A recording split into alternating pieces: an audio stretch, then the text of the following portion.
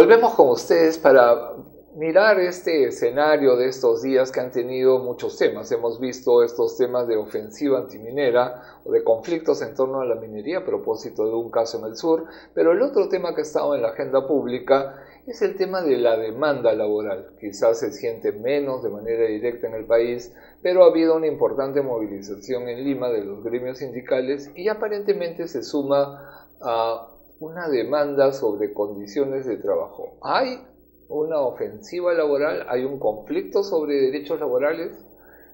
¿Ha habido un paquetazo antilaboral? Creo que esas son algunas de las preguntas que todos nos hemos hecho en estos días. Bueno, lo que uno ve, lo que uno observa, yo diría que desde hace 2 años,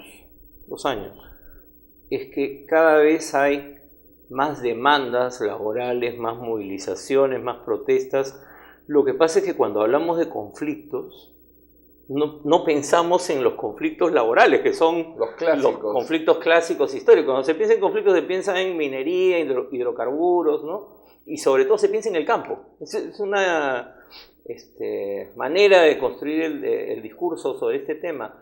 Pero el conflicto laboral cada vez es más fuerte. Lo hemos visto con el sector de educación, salud, el año pasado, con la movilización contra la famosa ley Pulpín, ¿no? Y ahora con esa movilización de la CGTP, que también se ha dado en otras, no solamente en Lima, sino en varias de las regiones, ¿no? Entonces, evidentemente, hay una preocupación de los trabajadores, e incluso el gobierno en algunas cosas que había planteado me parece que está retrocediendo, porque ve que no tiene condiciones para que se aprueben algunas de las normas que quería aprobar. ¿Y tú dirías que es un conflicto, para ver, defensivo o es un conflicto ofensivo? ¿Están buscando construirse nuevos derechos o están tratando de evitar que...? Yo creo que se está resistiendo, ¿no? Y es como que se les quiere quitar ya lo último que les queda, ¿no? Llevamos pues un ciclo largo de recortes laborales, ¿no? De 2 décadas, 25 años de recortes laborales.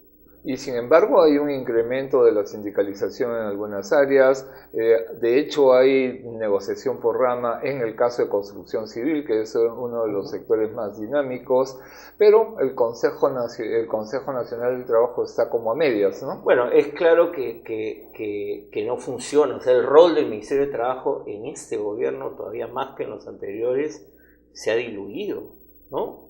O sea, las últimas normas laborales no han pasado aparentemente por el ministerio, para comenzar. Parece que vienen de otro lado, ¿no es cierto? No, sí, pues suelen venir de economía y finanzas, ¿no? Que parece que es la más interesada en el tema, ¿no? Y eso expresa por qué tienen este sesgo antilaboral, ¿no? Pero a mí me parece que... Pero curiosamente uno de los elementos claves, por ejemplo, para evitar que la desaceleración sea más acentuada ha sido el dinamismo de la demanda interna, y factores asociados a demanda interna tienen que ver con ingreso de la población. Una medida que se destaca como positiva es que se ha disminuido el impuesto a la renta. Estamos hablando básicamente de algo que beneficia al tramo, digamos, de capas medias. Por ahí estamos teniendo una demanda. Lo lógico sería mirar otros componentes del salario también, ¿no es cierto? Claro. Otros sectores de asalariados. Claro, ahora hay un punto que tú señalaste que creo que es importante, porque ese es un cambio, ¿no? Y es que surgen nuevos sindicatos. O sea, ya la CGTP sigue existiendo, sigue teniendo peso en algunos sectores, pero tú ves se ha consolidado, ¿eh? O claro. sea, la capacidad de CGTP, digamos, de representar el movimiento sindical, de hecho, sí, eso se mantiene, Pedro Cateriano se está reuniendo con ellos. Pero lo que digo es que tú tienes un nuevo sector que entra con una lógica quizás distinta o vamos a tener que aprender. Yo creo que está surgiendo un nuevo sindicalismo, que está bien que la CGTP dialogue, se entronque con esta nueva generación de trabajadores que entran, que comienzan a pelear por derechos que no han tenido, ¿no? El caso de lo de Ripley, lo de Topitop, ¿no? Que ya son casos bastante conocidos. Y otro sector donde también parece que se viene finalmente una huelga nacional después de muchos años es el sector minero. Bueno, ¿no? Ha habido una huelga en Antamina el año pasado, ha habido a inicio de este año también una paralización, ¿no? claro, ellos están reclamando más bien por lo que están dejando de ganar. Es otra lógica. Pero eso muestra pues la complejidad del sector, ¿no? El mundo laboral es un mundo distinto al que teníamos pues hace 30 años. No, pero digamos, en el caso de la minería, si lo que hemos tenido es un proceso de expansión que se ha traducido en mejora de remuneraciones en el sector, con el nuevo nivel de precios, supongo que hay una estrategia de ajuste, ¿no? Y la clásica, ¿no? Los salarios es una variable. Claro, es otra lógica, pero lo que muestra es que el sector laboral está movido y el gobierno no encuentra fórmulas todavía para aliviar el malestar que está existiendo en el sector, ¿no? Un tema que digamos, puede no necesariamente generar conflicto y a la vez eventualmente sí, es el que tiene que ver con el tema de la informalidad, que es un problema serio en el país. Hay varios tipos de informalidad, quizás uno primero es el de la informalidad laboral, pero hay otras, digamos, ¿no?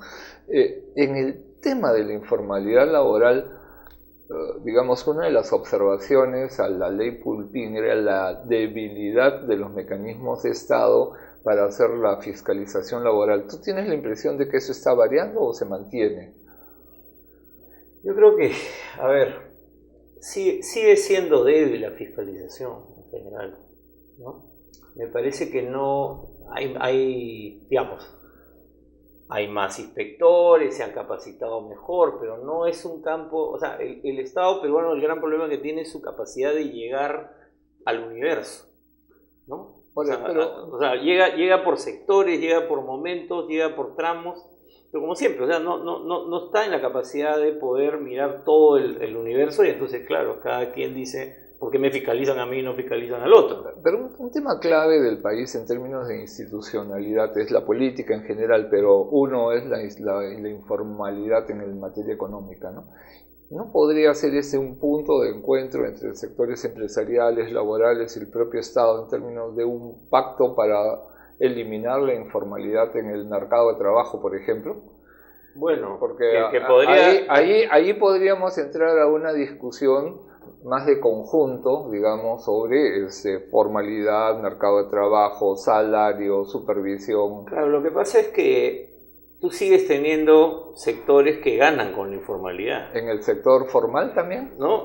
Sí, claro que sí. Pregunto, ¿no? O sea, claro que yo de sí. esas cosas no conozco. No, pero digo, y claro, y es la mirada a corto plazo además, ¿no? Entonces estamos mirando lo que vamos a ganar hoy día, digamos, no se está mirando de acá a 3, 4, 5 años. Entonces en el corto plazo la gente gana con la informalidad. Ganan los grandes, los medianos, ganan más. Y eso creo que es parte del problema.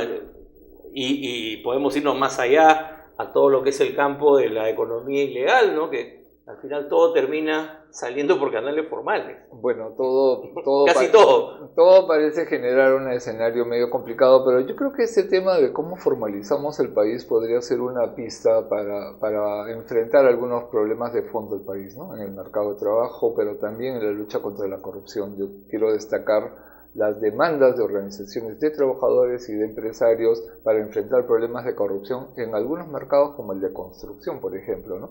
Creo que ahí tenemos una agenda potencial para convertir conflictos y demandas en oportunidades de crecimiento. Por lo menos esa es mi reflexión en este momento. Creo que esa puede ser o debería ser parte de la agenda del primer ministro. O sea, parte de su mensaje al momento en que pide el voto de investidura tendría que recoger esta preocupación, esta demanda, ¿no? Aunque sea un gobierno que ya le queda un año, pero por lo menos que deje establecida unas bases para un acuerdo hacia adelante. Que enfrente la informalidad como parte de la lucha contra la corrupción. Por ahí estamos. Un abrazo para todas y todos y nos volvemos a ver la próxima semana.